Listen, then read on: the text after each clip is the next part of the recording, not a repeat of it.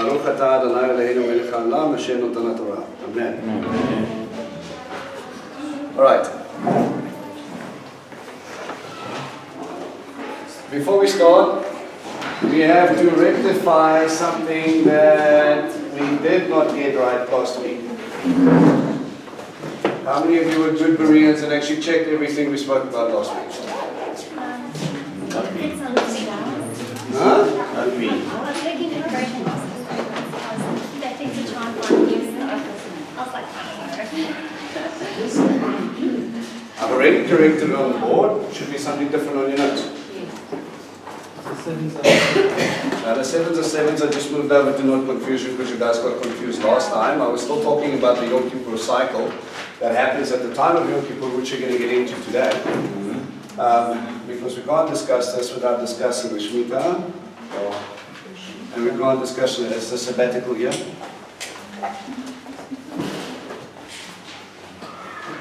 Sabbatical year. And we can't discuss the Shemitah without bringing back into the Yovel, which is the year of Jubilee. Right?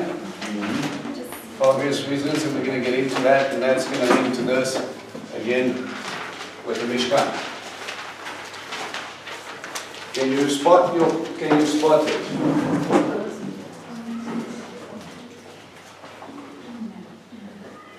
It's Elohim's. No. Are we talking about the timeline?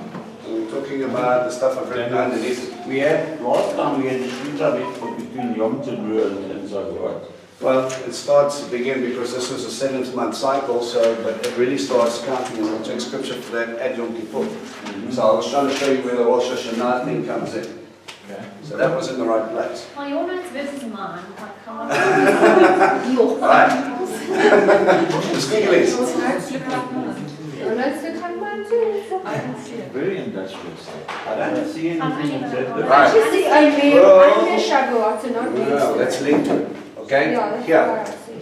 This is where you didn't carry it. I didn't write that. Right. Remember, Paul's the last question. Is it, do they wear the sheaf or do they wear the loaf? Yes, that's what I was Right. And? because my Bible said that it We was the said loaf that both. was being weighed. And I said both. No, And none of you checked me. I don't think.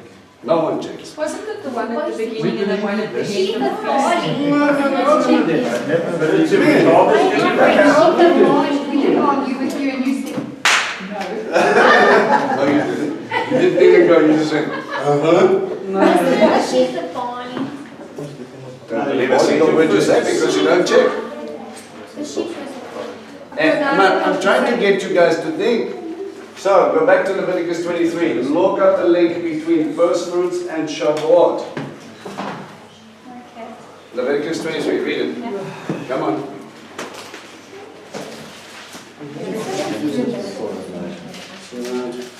Verse 17.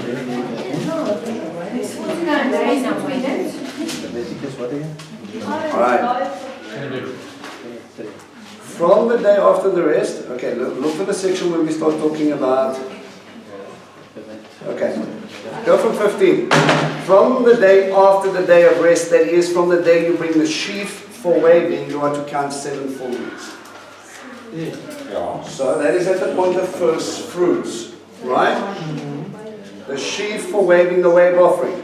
You are to count 7 full weeks until the day after the 7th week. You are to count 50 days and you are to present a new grain offering to Adonai.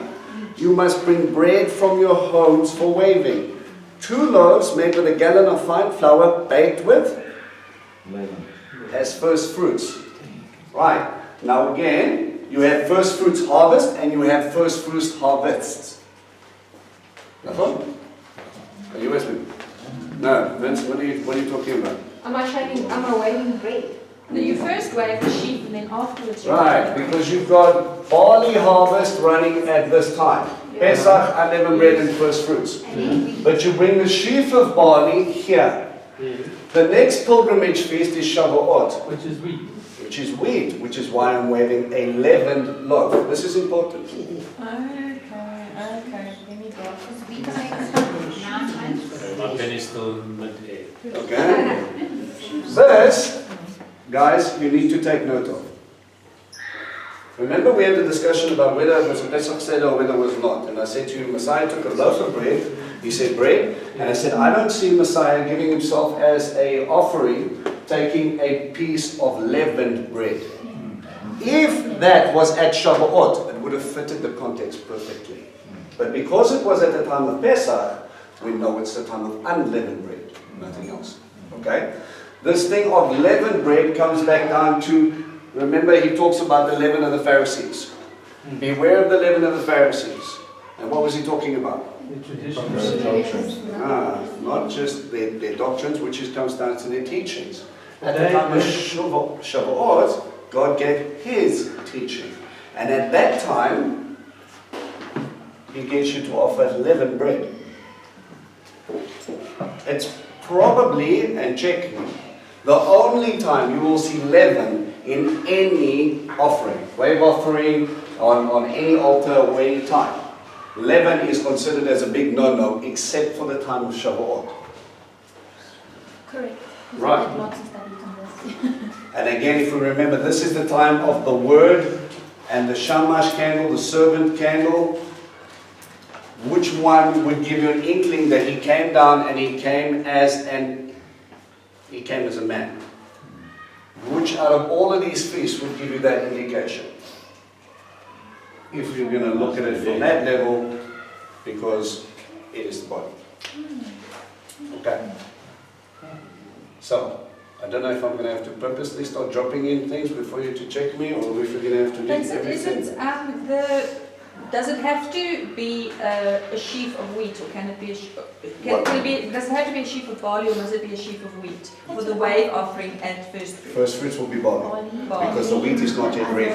Okay, and then Remember, we've got 49 the days. bread is the next one. Right. Okay, because How long does it take for wheat to ripen? I suppose it depends on how bad you, or how much you want it to be to ripen fully. I mean, remember they start So to, it's 4 months, 5 months? right? But obviously from time of planting.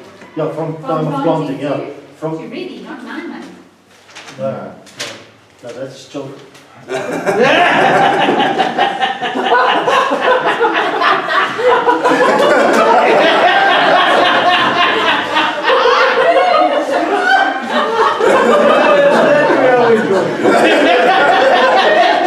You said 4 months. Give that man a high five. Right, now look, it takes a bit of time. It's a few weeks. It's Yeah. I think it's 2-3 weeks. Look, we have here, because again, he says But you you must can take the only harvest first. once a year. Yes. Yes. But then you could plant 2 crops in 1 year. No, you No, plant the some ripen because it's a together. certain season. So you plant here by us, you plant in winter so that you can harvest in early summer, and then you start planting your maize again summer for harvest early winter. Yeah. Nick Googled warmer weather for drier wheat. And remember, when we harvest today, you basically wait, and there's a farmer out there, he'll tell you, until it's completely dry, right? Because once it goes through everything, they put it in the silos, you don't want it to start growing again, right? Okay, with them, they would harvest it when it was at the time that it was ripe, but also not that dry. Because they were still going to take it, they were going to carry it, they were going to separate it, etc., do the winnowing thing and all the rest of it. Okay? What we have here is the time of the barley harvest to come and bring in the first fruits, and then we come in and we are supposed to leave and come back with the wheat harvest. So in between this time, it's ready. You're looking at 49 days, but you don't know when they planted that, obviously. So it depends on how much you'd have to, how long you want to, probably to be planted, I suppose, how long you So would you plant at the same time as the barley? I don't know, we'd have to check. Check with the I don't think I'm so. not I too sure think, about barley, but I don't no, I think know. once you harvested the barley, you would probably plant the seeds for the wheat, and then you would come back and that would start to shoot up. Okay, from what I understand, but I'm not a farmer. Okay, what I know is first fruits, and what I know is these are the 3 pilgrimage festivals, and I know that you will give the Aviv wheat, or the ripe wheat, for first fruits. Okay, and you will give the Aviv barley, the ripe barley, for first fruits, yeah? And you will take the first fruits again of your grapes and other things at the time of Shavuot. That's why the men are commanded to go 3 times. Each time is an agricultural cycle, right? So remember, we've got a calendar cycle. Pesach is when? Beginning of Listen. 14th day of the first month, right? I thought the first month was Yom Kippur. No, that's the end of the year. That's Benjamin. Leviticus. 15th day? No, look, there is 15th day of the first month. I'll explain now, James. That's the Shabbat. Right? And this is the first Shabbat, the first day after Shabbat, which will be right. What couldn't it? No, the first day after the Shabbat is what it says. Check me. Yes. It does Sunday say is the Fourth resurrection. day after Rest. Shabbat. From the day you're in the sheaf away. Okay, and I again explained why we believe it is the weekly Shabbat, not the Pesach Shabbat, or the feast day of unleavened bread, because again, if I've slaughtered my Passover lamb, I'm commanded to celebrate over here. And there's another portion where it says once the sickle comes into the grain, that's the time you bring the sheaf, right? And when you do that, you are probably not in Jerusalem, you're farming, so again, they would have given you time to come back. So a couple of days later, you're back home, and then you start to harvest the rest of your crop. Okay, it doesn't mean that you're partnering off and everybody else is busy harvesting your crop, because it's a Shabbat for everybody. Okay, so no one is allowed to work over here, right? So it can't be, well, I don't think it's going to be the 16th day, because I'm still in Jerusalem, everyone's still in Jerusalem, how am I harvesting anything? They clash, okay? So then we come up to, this is the, when? How do I define the time of Shavuot? 50 days after first fruits. 50 days, right? The 50th day from the counting over there, which is why I linked your Omer over here. Yom Teruah. When is Yom Teruah? Check Leviticus. 7th month, first day. First day of the 7th month. Yom Kippur. 10th day. 10th day.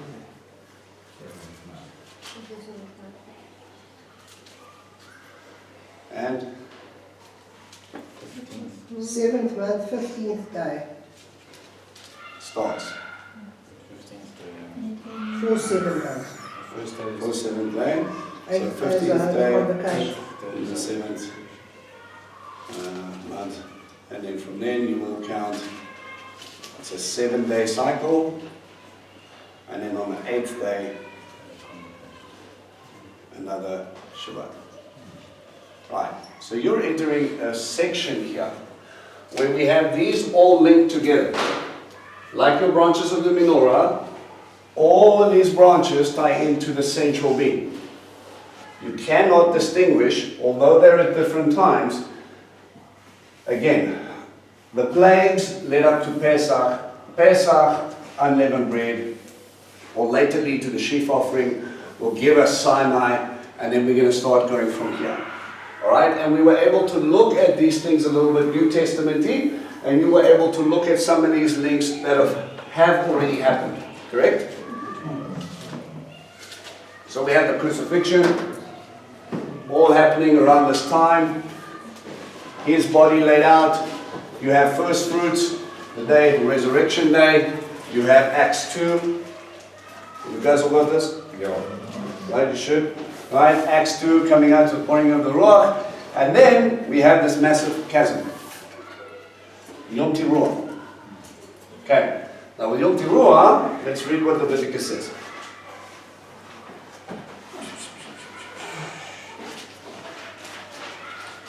Verse 23.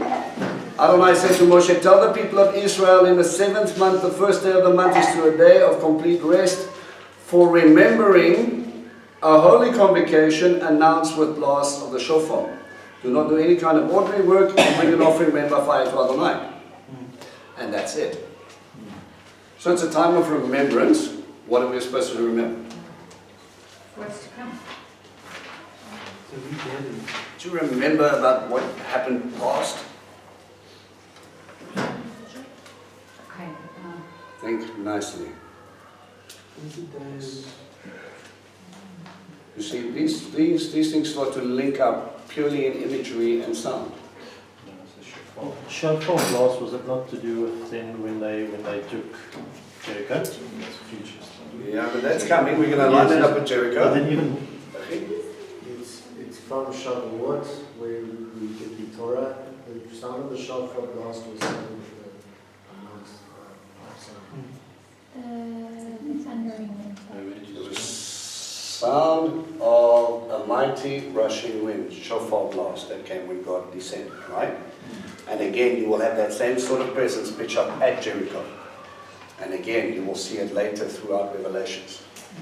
Isn't it also because it happens, because Shavuot is the sign of the covenant, could it also be what happened with Isaac? Like first mentioned was when Abraham wanted to sacrifice Isaac on the altar. And again, if we're going to go to good old Abe, we're going to link everything here. Abe links to everything. also Revelation, it says, okay, but this is just now from different teaching that I've heard. Yes. So throwing it in there. That the shofar blast, at the time of rapture, there would be a shofar blast. I'll just keep quiet. Pause. In the heavens. Pause. It says heavens. Pause. Pause. You guys don't even know the verses you're talking about when you want to talk. Right. So this is what we're going to do, family. We have got a few interesting little parallels, and you guys have already looked up what happened on the first day of the 7th month, correct? Yes. Jolly good. If you haven't, you have Google. I'm going to give you 10 minutes in your little groups, and you are going to do a little study, and you are going to come up with the different things. But before we get there, before you jump straight to New Testament, I only want Old. Oh, I just pulled the rug. Old Testament references, right? So Yom Teruah, first day of the 7th month.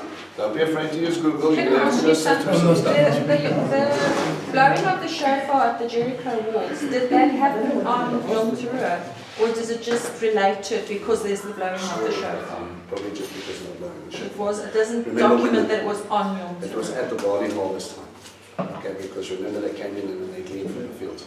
And then they did the So it actually circumcision. definitely wasn't. No, it was before. Okay.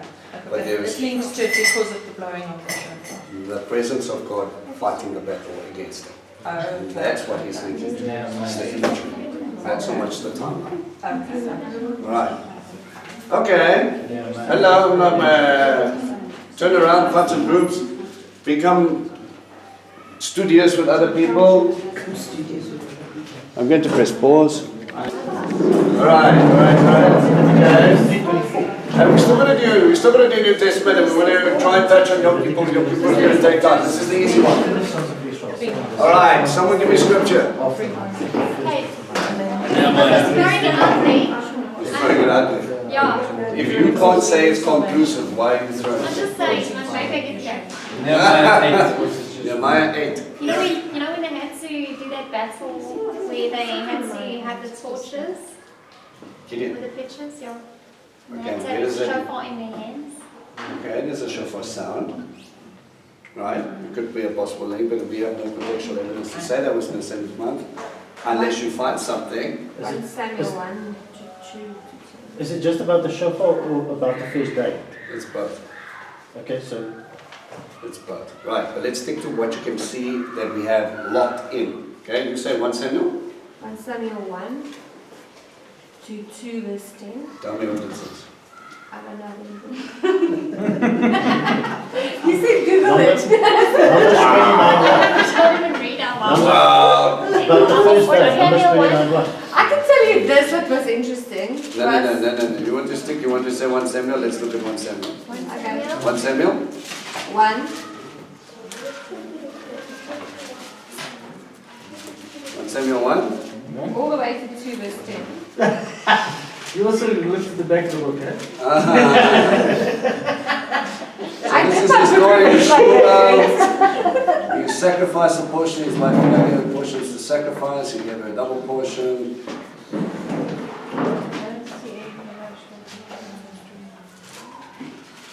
She took a vow.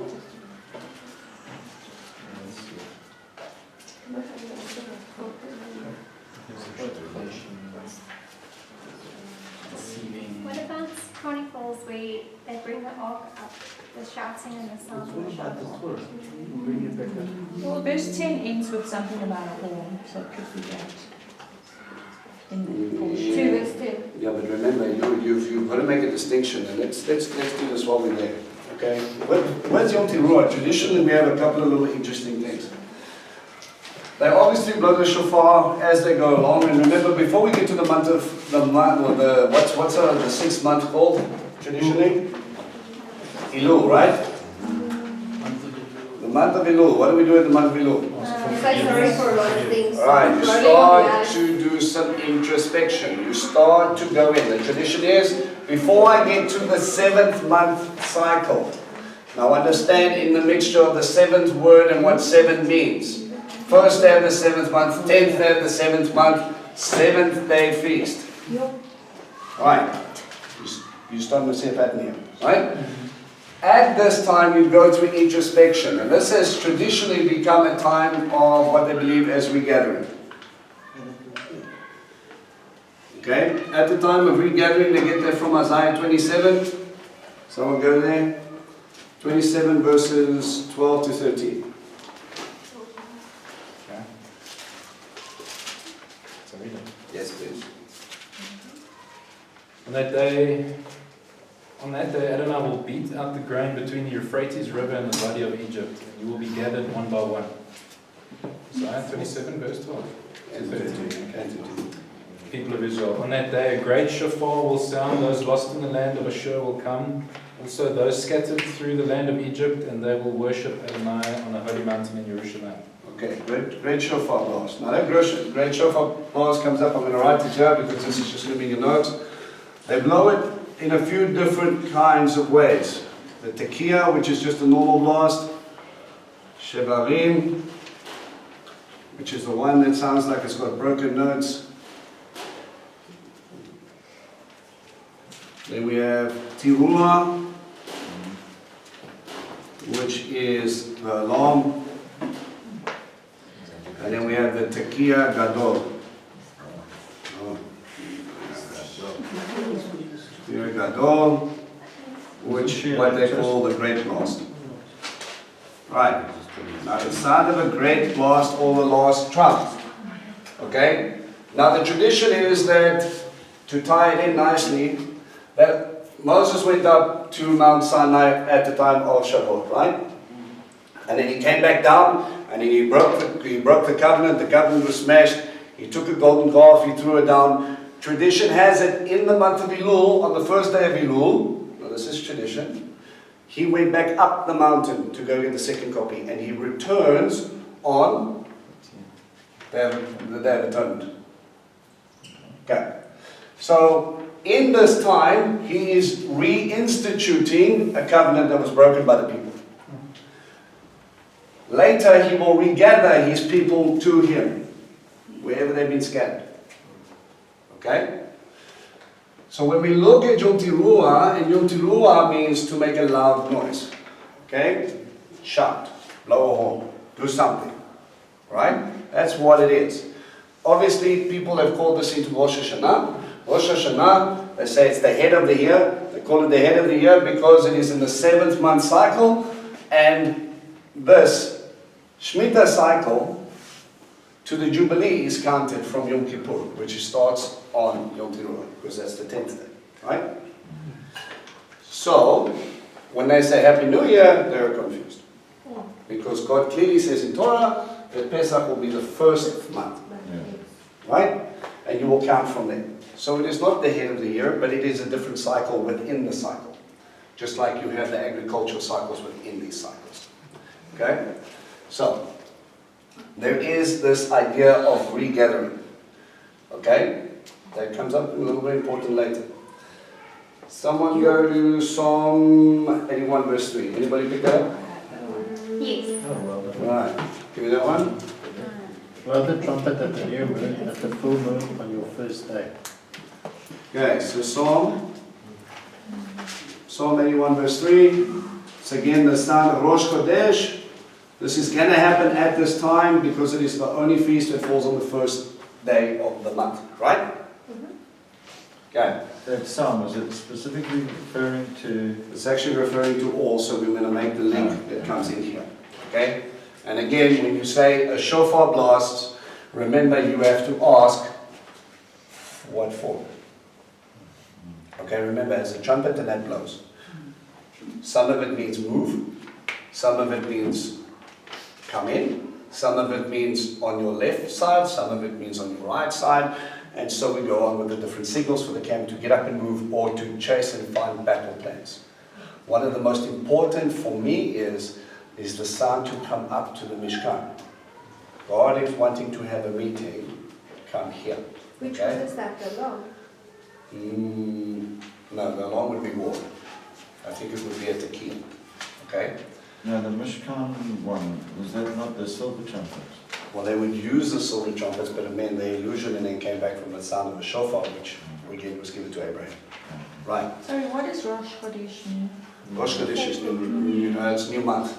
Okay, thank you. All right. Literally means, actually, Rosh is head and Chodesh is new. Chadash. Is that when there's no moon and it's like all No, black? that's when you see sliver. A sliver. Right. And then we had to go all the way back into the Mishnah to find that out because Scripture doesn't give us the definition. But why, when they see the sliver, ours are already a bit bigger? Remember Because every time I see on the group that they sighted the slither of the moon, I've already seen it the day before. It depends. Well, you could So see, because of where we are. you can only see it at 3% illumination see to it. the human eye, apparently. But we'll see at the same time Israel sees it. We just see the one, they see the one side and we see the other. And it also depends on whether you can see it in Israel or not. Remember, Oh, the yeah. sighting has to take place wherever God says it must, and that's where it is in Jerusalem, so we take it from there. Who's the person that watches, who checks that? But Well, people the give us false information just to get us off track. Scripturally, it was supposed to be a Sanhedrin that was supposed to declare it. But there is no Sanhedrin, so that's why the Jews don't practice it. Right? But you have many different eyewitnesses from all over. Never mind the fact that now you can literally look at any sort of evidence or from, I mean, you can look on your phone and you can tell you exactly how many phases and what percent it is going to be and when it's going to be visible. Right? Where do we get our information from? Right? NASA and telescopes and all those things. And they can basically pinpoint it virtually now because that's gone through so many cycles.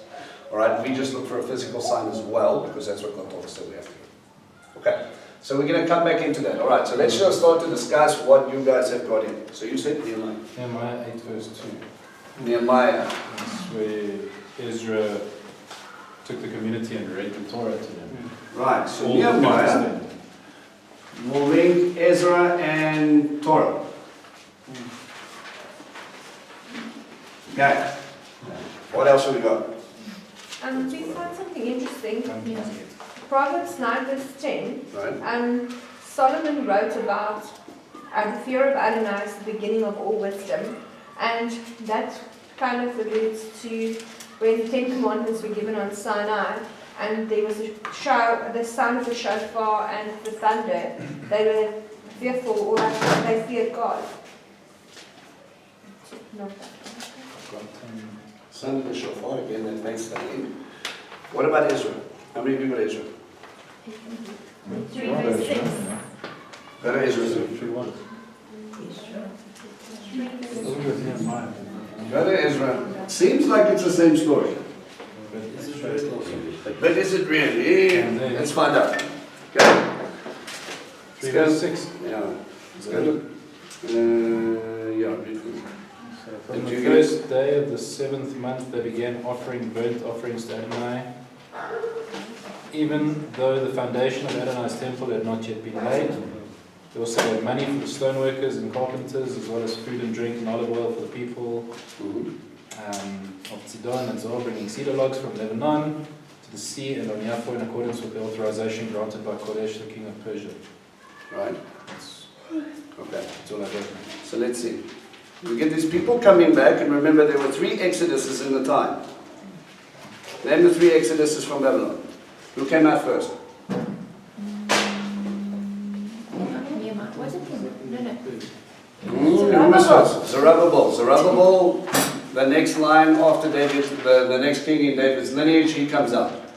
The next group to to the next group to come out later? Ezra. And the last group? Nehemiah. Right. So the fact that what we have Nehemiah in place, Nehemiah came to do walls, Ezra came to do Torah. Right? But there was something interesting that when you look at the way the Chronicles or the way it was laid out, and you look at the story, and go and check me on this, what was one of the first things they laid down? The foundations for the altar so that they could make offerings, and then they went to the temple. But there was a lot of push and pull between which Persian king decreed what, and they had to go back and research it, etc., etc.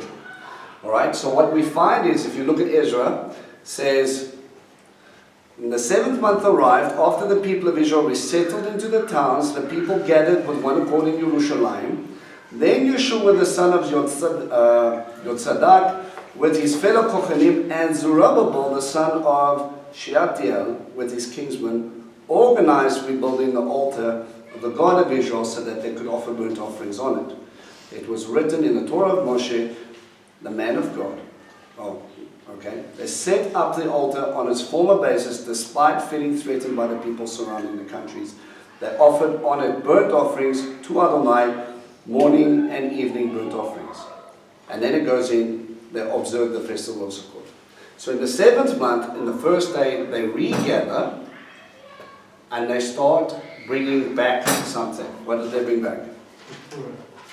Not just Torah, altar. So when you look at John, you're looking at altar offerings. Okay, so now all of a sudden we've got something that's going to go functioning. Now go to Nehemiah 8. Verse 1. All the people gathered with one accord in the open space in front of the water gate and asked Ezra, the Torah teacher, to bring out the scroll of the Torah of Moshe. Which Adonai had commanded Moshe, commanded Israel. Ezra the Kohen brought the Torah before the assembly, which consisted of men, women, and children, old enough to understand, and it was the first day of the 7th month. Here we see Ezra come out, and he's mentioned as a Kohen. So he has been established as. In the beginning, when Ezra went, he was the one who started putting together the things and read it for the first time to these people, right? Facing the open space from the water gate, and he read it to the men and the women and children who could understand from early morning until noon, and all the people listened attentively to the scroll of the Torah. Ezra, the Torah teacher, stood on a wood platform that he had made for the purpose. Besides him, on his right stood Matthias, Shema, Uriah, Hilkiah, Messiah, and the left Pedaiah, Mishael, Magrim, Hashum, Hasbenah, Zechariah, and Meshulam. Where's Zerubbabel? Ezra opened the scroll with all the people, where all the people could see him, because he was higher than the people. When he opened it, all the people rose to their feet. Ezra blessed Adonai, the great God, and all the people answered, Amen, Amen, and they lifted their hands and bowed their heads and fell prostrate before Adonai with their faces to the ground. The Leviim, Yeshua, Bani, Shervai, Yamim, Akuv, Shabtai, Hodiah, Masiah, Klita, Azariah, Yozabad, Hanan, and Playa explained the Torah to the people while the people remained in their places. They read clearly from the scroll. In the Torah, God translated it and enabled them to understand the sense of what was being read. Alright, so now we see them sitting in a gate, not sitting near the altar. Alright, remember, Nehemiah was all about setting up the walls and the gates and the defenses. The things were already established inside before Nehemiah got there. Correct? Yes, no? Nehemiah was about walls. Right. So, if we're looking at Nehemiah, knowing that he came after, if the altar was one of the first things that they set up, and Nehemiah makes the nets, when he comes up, he brings the walls, and then he gets them again, more people come out, and he starts to read, gets Ezra to read Torah. So one is the starting point of, guys, it's the 7th month, what are we doing about it? We need Yom Kippur. We need Mishkan. We need him to dwell. Once the altar and that started to take place, we can sit and we can discuss Torah. What did Zerubbabel establish? Zerubbabel was going to be the king. He was the king at the time. Okay? He was David's lineage. Now remember how important it is that Zerubbabel came out of Babylon. Why is that important?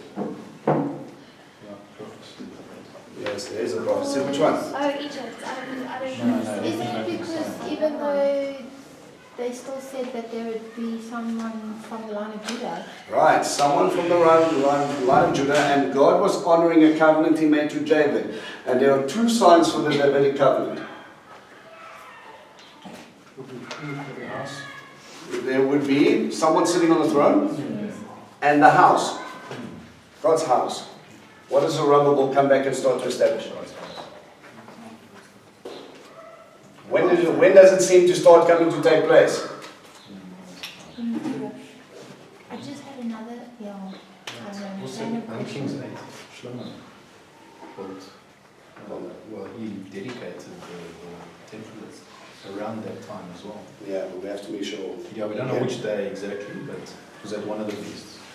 You've already got an idea from Isaiah 27 that it's going to be a time of ingathering. Those who were stuck in Babylon are slowly starting to come back, and when they start to regather, he starts to reestablish, he starts to put them in their right position, in the right alignment with him. But notice, the heart of the people is, less worry about the walls, more worry about the altar. Nehemiah says, well, you guys are defenseless. Everybody build a wall outside of your house, and then we'll be able to keep the city safe inside. They did it in record time. Right. So the fortifications, or the center project of this thing, was how do you get this temple going? We're coming back. This was the big building project. The houses and everything else came later. Then the walls. Now again, if you're looking at physical means and trusting things, if you were a person who understood war, what would you first build? The walls Okay. and the fences. Who is our fortress? Who is our shield? God. Something they learned. Right, yes. I just wanted to ask, so now, when was Ezra roughly seen as one as a priest? Because you can't make an altar without a priest to offer the sacrifice. And they can rebuild it, but it's fine. To sanctify it, you need someone else. Right? And again, you had some of the Levites, and then when you look at, go and study the story of Ezra and Nehemiah, they actually give you lists of tribes and which groups of families came out of Babylon at that time. But what we know is there were still people in Babylon, and they came out in 3 stages. Okay?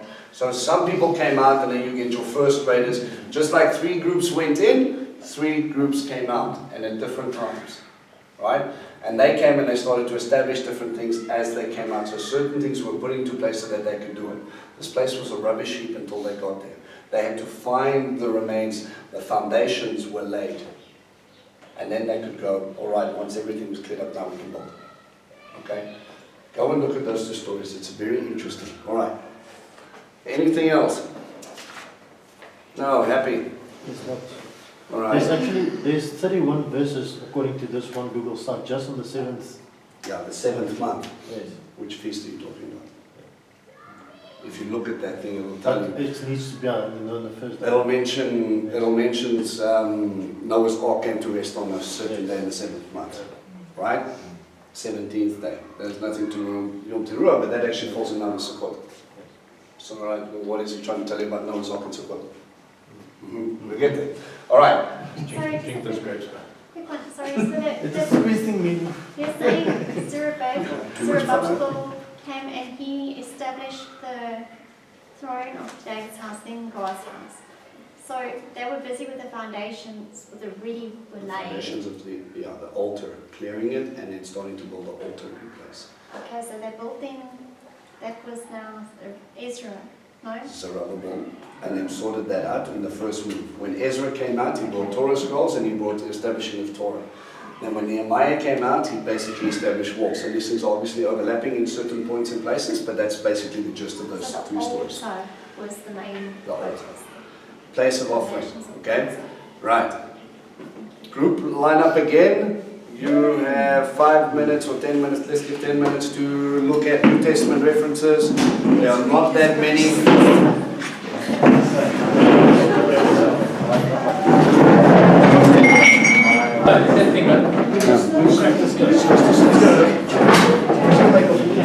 Alright.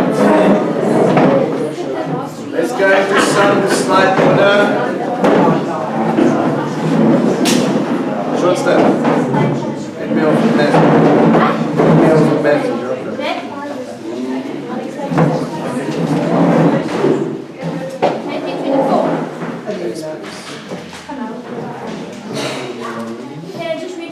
29 of this already. Whatever you feel. Read all of Matthew. From 2 to chapter 12. Alright, so Shawnee's going to start us off. I think all of you guys got Matthew 24, if I'm saying it correctly, yes? Alright, that's going to give us some indications for things to come. Can you read that for us? I'm only going to read from 29 because that's where we found the last thing and the gathering. Immediately after the tribulation of those days, the sun will be darkened and the moon will not give its light. The stars will fall from heaven and the powers of heaven will be shaken. Then the sign of the Son of Man will appear in heaven, and then all the tribes in heaven. Sorry, paragraph. Okay. 31. And he will send his angels with a great sound of a trumpet, and they will gather together his elect from the four winds, from one end of heaven to the other. Right, so he's talking about Matthew 24 verse 31. He's talking about the angels gathering. Yes. Already giving you that framework in Isaiah. Right? Yes? Is this Right. a gathering in the church or a gathering of the Jews baptism? No, Gathering together. Start looking at it again and look at the framework and see what it's trying to tell you. Alright, next reference. Let's go to this group. Who can do it? Corinthians. 1 Corinthians? 14 verse 8. 1 Corinthians 14. Anybody get 1 Corinthians 14? We've got 1 Corinthians 15. Yeah, we've also got 15 verse 52. Alright, so let's see. What does your 14 say? 1 Corinthians 14? You say verse 8. John 14. This is referring to the different sounds of the trumpets. Okay. 1 Corinthians 14 verse 8. For if the trumpet give an uncertain sound, who shall prepare himself for battle? So that's basically just referring to knowing the different sounds. And then 15 verse 52 refers to Okay. the... So I'm going to go from 14 verse 8. Fred? For 1 Corinthians 15. Yeah. Okay, what does 1 Corinthians 15 show us? The last trumpets and stuff. Dead people rising. In a moment, in the twinkling of an eye, at the last trump, for the trumpet shall sound, and the dead shall be raised incorruptible, and we shall be changed. Right.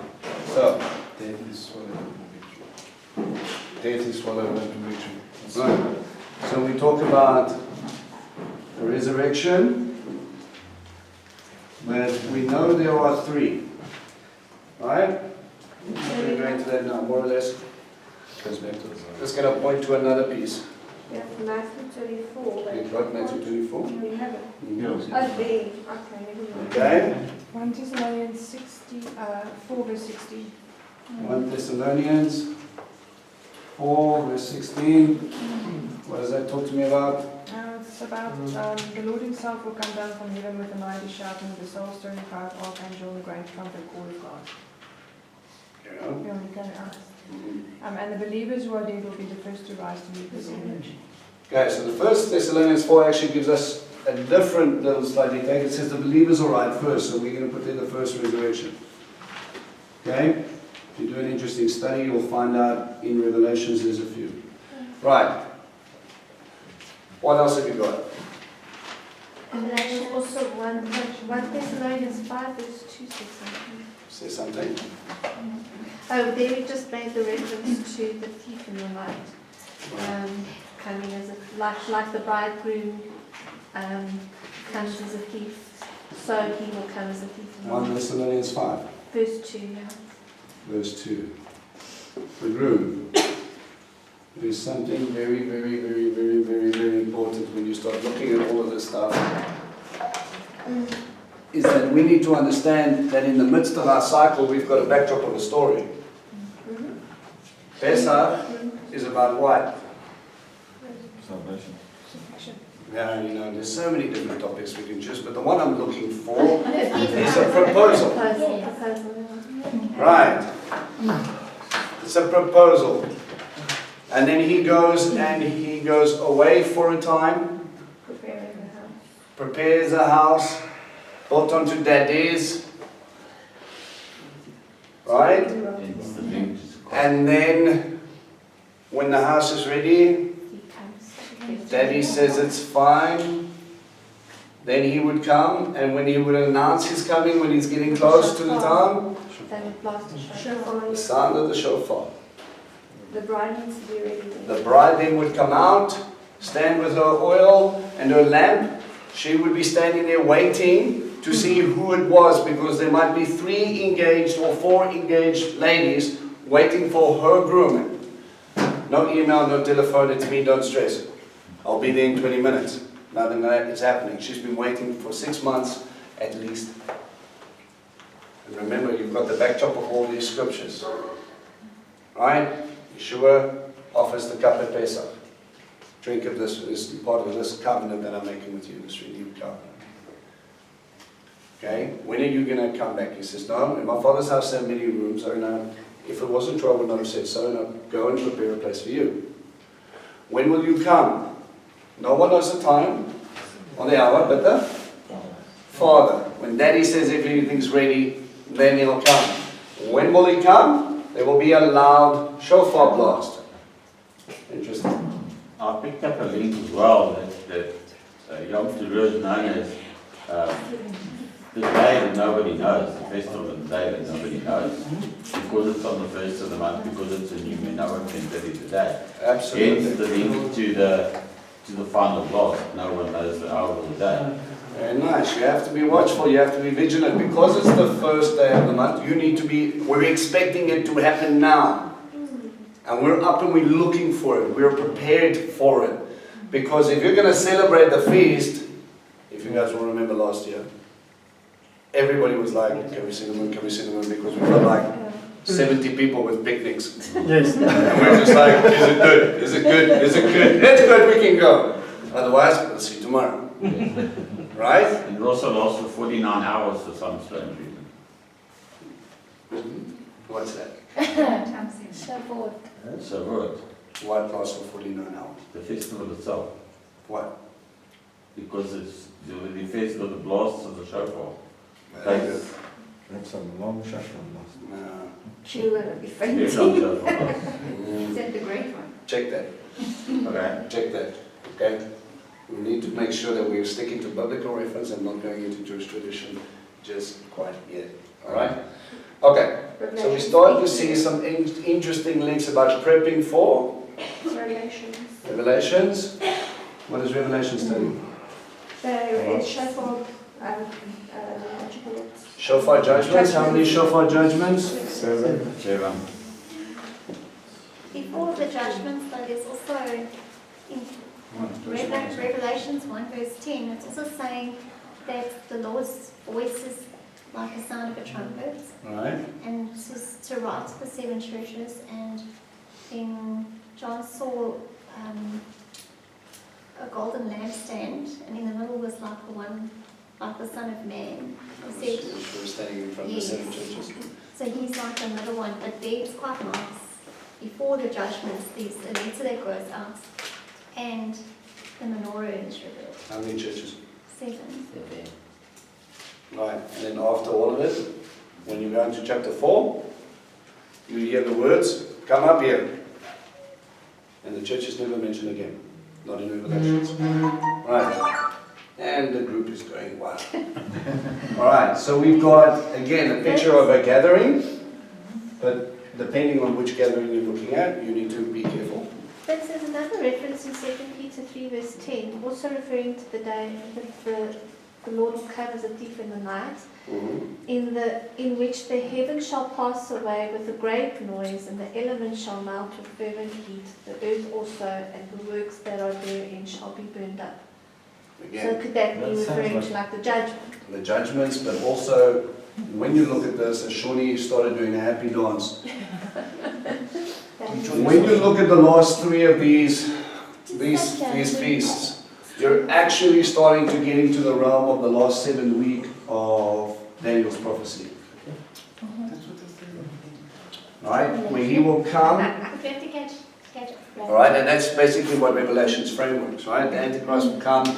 There will be a time of him coming. There will time of judgment, and there will time where he will tabernacle among us. Okay? But this time of him coming, according to Daniel, again, is that there's a time of judgment, and there's a time he references that he will come like a thief.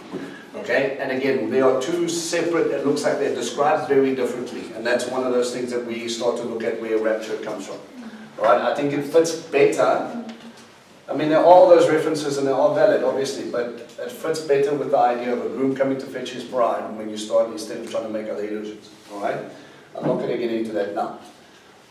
That's not much time. Alright, jolly good. Alright, more or less happy to see that as much as we want this thing to be fulfilled, we realize that it's not so much, yes?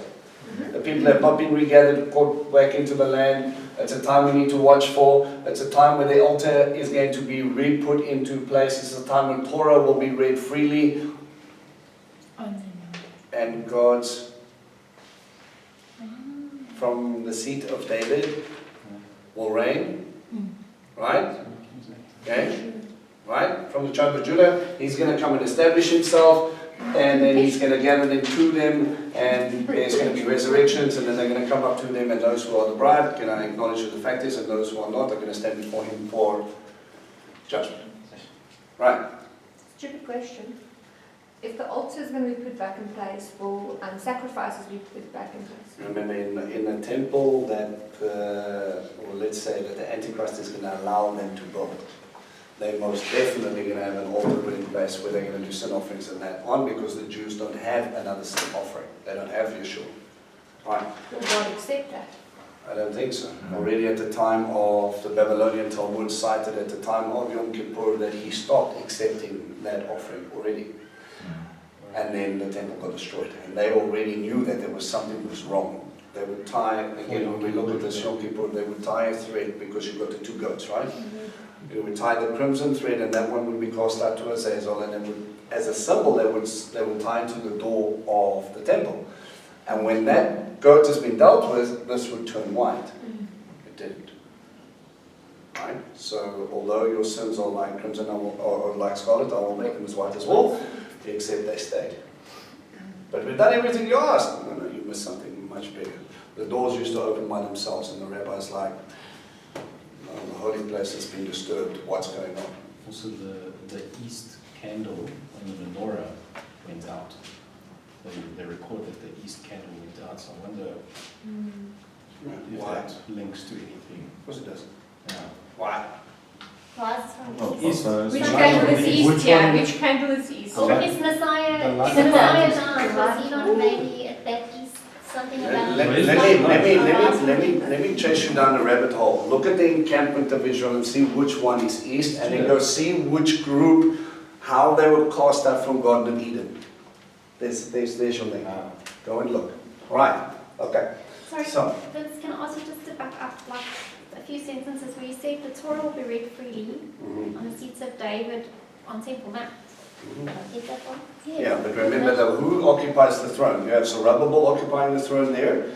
Who is the seed of David who's going to rule and reign? Sure. Yeshua. But now, So why is when- there the seats of David on Temple Mount? No, the seat, that's where the king will be. Remember, he sits at the mercy seat. Where's the mercy seat? It's between the two cherubim on the Ark of the Covenant. It's a picture of where God dwells. Okay, the previous kings wouldn't sit there, so, but this is something. So now, when is that going to happen? On Yom Teruah? Well, there's pictures, we can't say for certain. But these things already are giving us foreshadows of things that are going to have to happen. Right? So that's going to happen while there's still people to be raptured still. Because one rapture's happened and then the other rapture's No, not necessarily, because you can also be looking at millennial reign, and once that happens, again, we're not talking about rapture, we're talking about him coming to the 1,000 years and Satan is put down into the hole, and he's kept there. And then you're talking about Zechariah 14, where the nations are still being taught to come up for Sukkot, and if they don't get rain. So there are people that will still refuse the kingship of Messiah, even though he's sitting on the throne in Jerusalem. literally there. And there's still Zechariah. people that's supposed to come. Go and study Zechariah 14 when you start looking at millennial reign. So it could be at that time. We don't know whether if rapture has taken place, whether we come back at that time to rule and reign with them. Okay? Which is, again, 90% possibility, but I'm not going to say yeah or nay. Okay. And you then can go and study the illusions thereafter. Alright. Are you guys up for starting to frame Yom Kippur, or do you want to do Yom Kippur separately? separately. Yeah. Are you confused already? Yeah. I've got so much homework to do. I'm lost. So, Is that why we're supposed to be there? wait, in Jerusalem. Yes, is it like practice?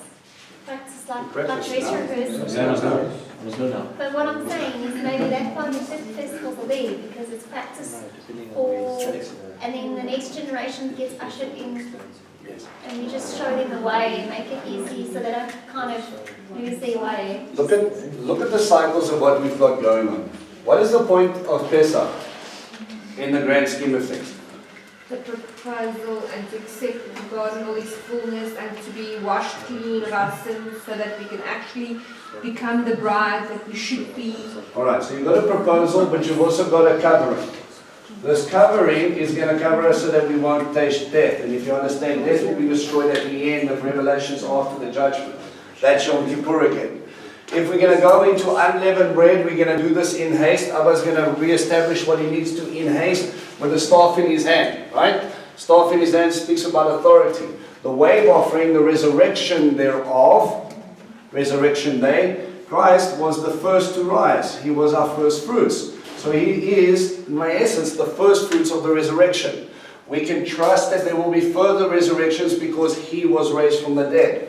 Why was he raised from the dead? Because of a covenant and a love contract of a ketubah that was established because he already proposed here. Right. He's coming back and he's going to descend again to establish his kingdom and his teaching, which is going to give the bread of life, manna from heaven. He's going to come and there's going to be a regathering up to him, and then there's going to be the great white throne judgment. What you'll see, and that's when death is going to be dealt with, Hasatan is going to be dealt with, those who don't want him are going to be dealt with, so that he can dwell with man forever. And that's going to bring us back to the creation story of Gan Eden. Right. Sorry. Garden of Eden? Huh? Garden of Eden. God dwelt with man on. Where did he descend from with the sound of a God, with a God, a shout and a trumpet? From the heavens. Okay, but isn't Shavuot the marriage proposal? It's the establishment of a covenant contract, a love marriage covenant contract. That's why Acts 2 is here. Yeah. And when we start looking at Acts 2, we start looking at the bride being adorned in the gifts of the Spirit. And that's going to again lead us back to in our inheritance, which is actually coming back to the Shemitah cycle. And our Shemitah cycle is going to lead us to this Jubilee. And our Jubilee is going to lead us to the 50 rings again. And our 50 rings of gold are going to be talking about the Mishkan. And it all points back again to the point that God wants to dwell with man the same way he did in the Garden of Eden. All of these things point in one direction. Although it's cyclical, although he's sending you pictures, although he's looking at that, to get you back into the tent, I have to deal with sin. You have to choose who you belong to. There's going to be a resurrection. There's going to be teaching again, and we're going to bring you to the point where you would want to dwell with him on earth. That marriage covenant in its fullness. Right.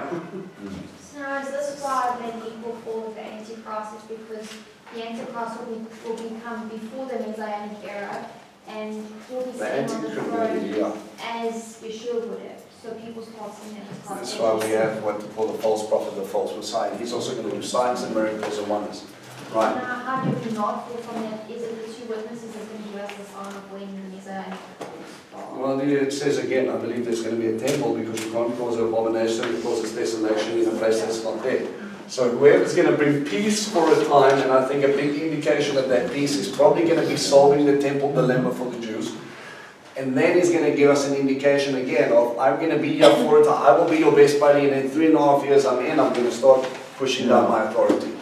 In the midst of that, God is already going to be sending out people, probably 144,000 seal judgments, etc., are going to go out, and these guys are going to start witnessing already. You've already got the foreshadow of Antiochus Epiphanes that already told you what the Antichrist is going to do. He's going to outlaw Torah. He's going to outlaw circumcision. He's going to outlaw Shabbat. He's going to do everything that's going to take away the signs of God, and he's going to institute his own sign, the mark of the beast. Right? And it can be a choice. It will either be in the forehead or in your arm. It's the same mocking sign as Tefillin. He'll say that you won't be able to buy or sell. He's going to mock the idea of Shabbat because you don't buy and sell on Shabbat. So he's nullifying God's signs and re-establishing his. And Tychus already did that. So you already recognize where he is. It doesn't matter what he calls himself, and it doesn't matter how many miracles he does. If he goes against God's instruction, we already know he's a false one. But you need to know the word, and you need to know the build-up, so that we can identify him. Because he's not just going to come out and go, I'm the Antichrist, do this thing. Many people are only going to realize when he says, guys, I'm probably Messiah, worship me. And we are going to have a counterfeit again. Right? Adoni Tzedek versus Melchi Tzedek. You guys with me? Yeah. Right? So Adoni Tzedek, my Lord of righteousness. Melchi Tzedek, Melech, King of righteousness. Which one am I going to serve? Both were kings of Salem. One brought war, one wants to bring peace. You should be able to separate by your fruit. Have you? Is it possible that the Antichrist is going to be a group of, I would say straight, it's going to be like the rabbis or the Sanhedrin and not necessarily one man? No. What I'm just thinking is that obviously there is a thing that they're going to, there's planning to put in the Noah laws by 2030, which means that the rabbis and the will determine who gets to celebrate Shabbat and do feasts and who doesn't. So even if you say you're Jewish and they don't agree with you, you're going to have to sign the Noahide laws, which means you're actually going to stop those people in Jerusalem and Israel, stopping them from doing Sabbath and feasts. I think, remember, it talks about a group of people first, and then it talks about an individual rising up from that group. So is it both? Again. So from the group, and within the group comes someone, and then he actually overpowers the group, because we have that in Daniel's 10 horns and 10 toes and those things, right? And then that one person is one horn, not 10. And in the context of that,